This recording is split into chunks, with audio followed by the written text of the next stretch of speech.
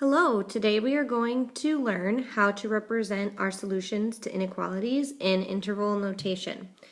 So normally after you solve an inequality, you have a solution that's in a statement form, and we want to either graph it or represent that answer in what's called interval notation. So interval notation is basically showing you what interval your solution represents. So the best way to do interval notation is to always graph your solution first. So even if it doesn't say to, the best thing to do is to graph your solution, and then we will write our interval notation off of that graph solution on a number line. So remember that when you used to solve problems and you would graph your answer on a number line, that depending on the inequality symbol, you would use an open or closed circle. So for example, when you have a less than symbol, then you use an open circle on the number line. Now when writing an interval notation, wherever you see an open circle, you are going to then use parentheses in the interval notation.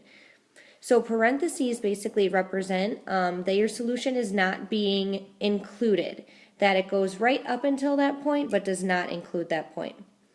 Now let's say that you have a less than or equal to or greater than or equal to. You were used to, on the number line, filling in that circle because you are including that value.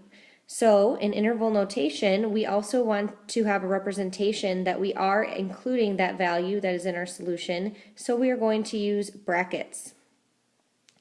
Now here's an important concept. Wherever, if your graph comes or goes to negative infinity or positive infinity, wherever you have an infinity, you are always going to use parentheses.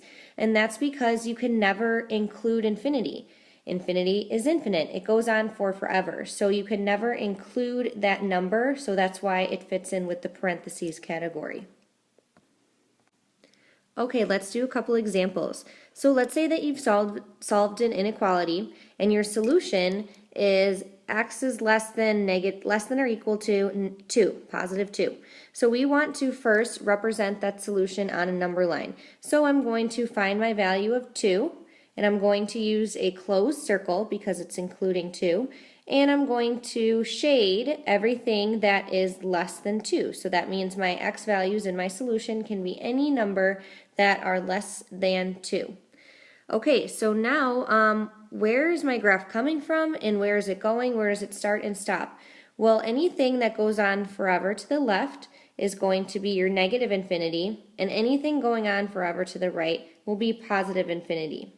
So now let's go over how to represent this answer in interval notation.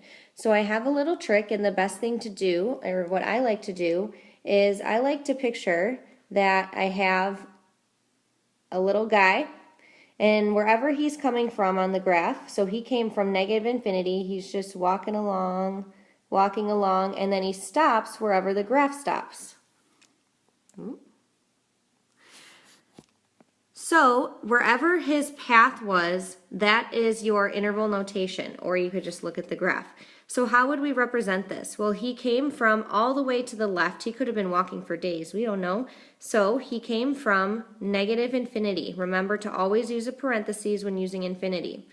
And then where does he stop? He stops where the graph stops. So that stops at 2. And because this is a less than or equal to, it's including the number 2, we use a bracket on the right side of 2. Okay? Let's try the next one. So we have negative 4 is less than or equal to x, which is less than 1. So I'm going to start by filling in a closed circle on negative 4 because it's including negative 4, and an open circle on positive 1.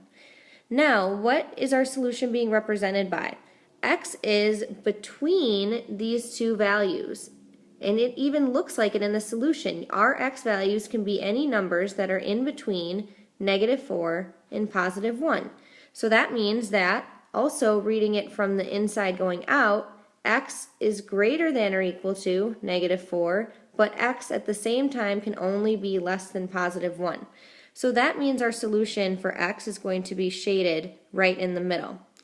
So if I were to take my dude and I were to have him walk along the graph from where it starts to where it ends, he starts at 4, negative 4, and that's including negative 4. He walks, and he stops at positive 1.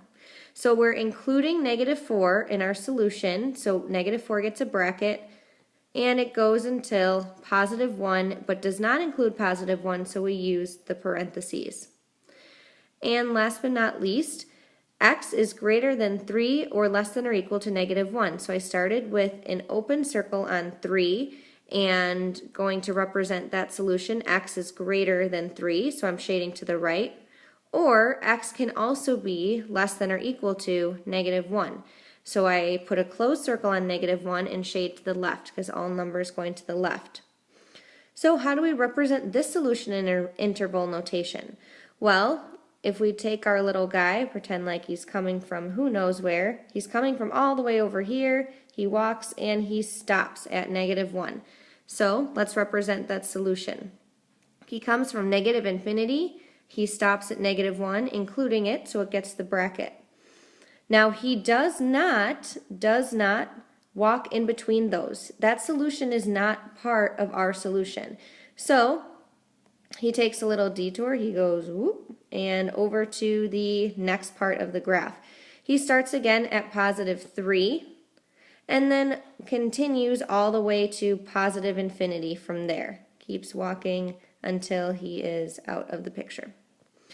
So here we have our solution, but we have a little break in between, and that's how I wrote it on the interval notation, because what's important to know is that your graph is not a solution in between this point. So we cannot include any of these values in between here. But what we do have is a total solution. We know that it can be both of these values, can be possibly be a solution for x. So to represent our solution as one statement, we use this U symbol, which represents the union of these two sets. Okay, that's your brief intro on interval notation. Make sure you come into class with plenty of questions tomorrow, just in case that you didn't understand.